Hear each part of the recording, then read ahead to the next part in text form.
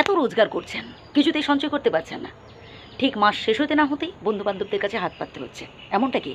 যদি এমনটা হয়ে থাকে, আজকের কথাগুলো আপনার জন্য। কারণ আজকে কিছু গুরুত্বপূর্ণ কথা বলবো, যেগুলো শুনলে আপনার সংসারের অভাব অনটন সব দূর হয়ে যাবে। শুনুন কথাগুলো মন দিয়ে। সর্বপ্রথম যেটা করতে হবে তা হলো আয় বাড়াতে হবে।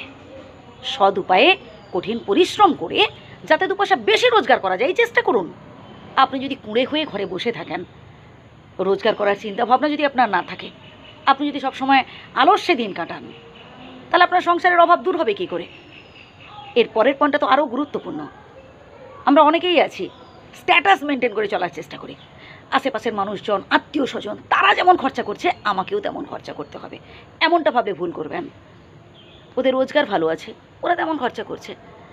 আমাদের ইনকাম বুঝে খরচা করতে হবে। আপনার আয় বুঝে আপনি ব্যয় করুন। বেহিসাবি খরচা অনেকে করেন। ধরুন কোনো একটা জিনিস কিনতে বাজারে গেলাম, সবজি কিনতে বাজারে গেলাম, এবার সাইটে এমন একটা জিনিস ভালো লেগেছে কিনে ফেললাম। কিন্তু এই জিনিসটা আমি যদি এই মুহূর্তে না কিনি আমার সংসারে অভাব হতো না, মানে আমার সংসারে কোনো রকম সমস্যা হতো না, জাস্ট শখের বসে কিনে ফেললাম। না প্রিয় বন্ধু, যে জিনিসটা আমার এই মুহূর্তে না কিনলেও চলবে, আমি কেন কিনতে যাব? আমরা যারা গরিব মধ্যবিত্ত মানুষ, আমরা যারা দিন আনি দিন খাই, মানে খেটে খাওয়া মানুষ, আমাদের না পরের দিনের কথাও ভাবতে হয়।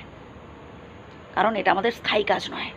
আজ হয়তো গায়ে গতরে ইনকাম করতে পারছি, রোজগার করতে পারছি, কাল যখন এই কাজটা থাকবে না তখন আমাদেরকে কে খেতে দেবে? আর লোকে একবার দুবার দেবে, তারপর মুখ ফিরিয়ে নেবে, বলবে যা ভাগ খেটে খা।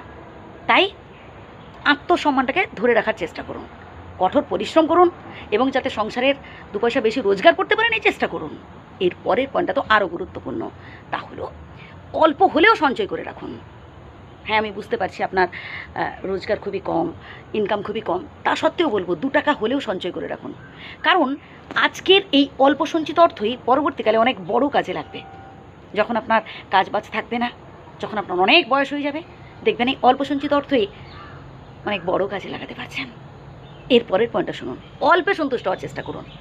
যেটা আমরা মানে অনেকেই হাহুতাশ করি, টেনশান করি, অপরের সাথে তুলনা করি। না, উচ্চাকাঙ্ক্ষা মানে অতিরিক্ত উচ্চাকাঙ্ক্ষা একদমই ভালো নয়। বিধাতার কৃপায় আপনার যতটুকুন আছে তাতেই সন্তুষ্ট থাকুন, তাতেই খুশি থাকার চেষ্টা করুন।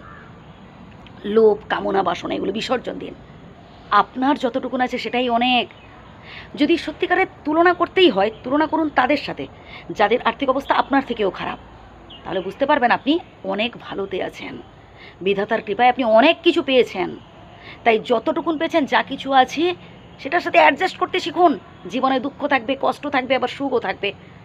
সুখের সময় যেমন অহংকারী হওয়া উচিত নয়, ঠিক তেমনি দুঃখের সময়ও টেনশন করা উচিত নয়। ভালো থাকবেন, সুস্থ থাকবেন, আমার শ্রদ্ধা নেবেন।